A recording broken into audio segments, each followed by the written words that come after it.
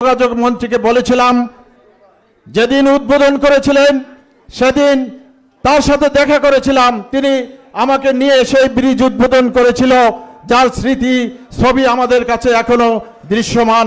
সেই প্রধান অতিথি আনোয়ার হোসেন মঞ্জু আজকের এই অনুষ্ঠানে আরো উপস্থিত রয়েছেন বিশেষ অতিথি হিসাবে জাতীয় পার্টির কো চেয়ারম্যান পল্লীবন্ধু এরশাদের একান্ত ঘনিষ্ঠ সহচর, জাতীয় পার্টির কাণ্ডারি, দক্ষিণ পশ্চিম অঞ্চলের উন্নয়নের কর্ণধার, জাতীয় পার্টির সাবেক মহাসচিব, জাতীয় পার্টির কো চেয়ারম্যান, আজকের এই আয়োজনের যিনি একজন প্রধান পথ প্রদর্শক, এই আমাদের সকলের প্রিয় এবিএম রুহুল আমিন হাওলাদার, আমাদের মাঝে বিশেষ অতিথি হিসেবে উপস্থিত রয়েছেন শেখ শহীদুল ইসলাম, আরও উপস্থিত রয়েছেন জাতীয় পার্টি কাজী জাফর আহমেদ, দিদার উল ইসলাম চৌধুরী সহ আরও যারা উপস্থিত রয়েছেন সবাইকে আমি বরিশাল বিভাগের পক্ষ থেকে আজকে জাতীয় পার্টির এই মিলন মেলায় সবাইকে আন্তরিক শুভেচ্ছা ও অভিনন্দন জানিয়ে আমি আমার বক্তব্য শুরু করছি।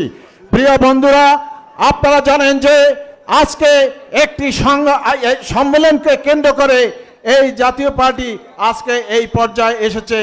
এটি রূপ নিয়েছে জাতীয় পার্টির একটি গঠনতান্ত্রিক ও আইনগত সংকট সৃষ্টি হয়েছিল, যা শেষ পর্যন্ত আদালত পর্যন্ত গড়িয়েছে।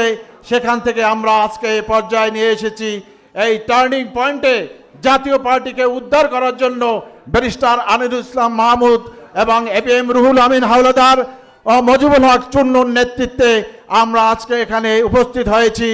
আমরা সবাইকে, যারা উপস্থিত হয়েছেন সবাইকে ধন্যবাদ জানাই, স্বাগত জানাই।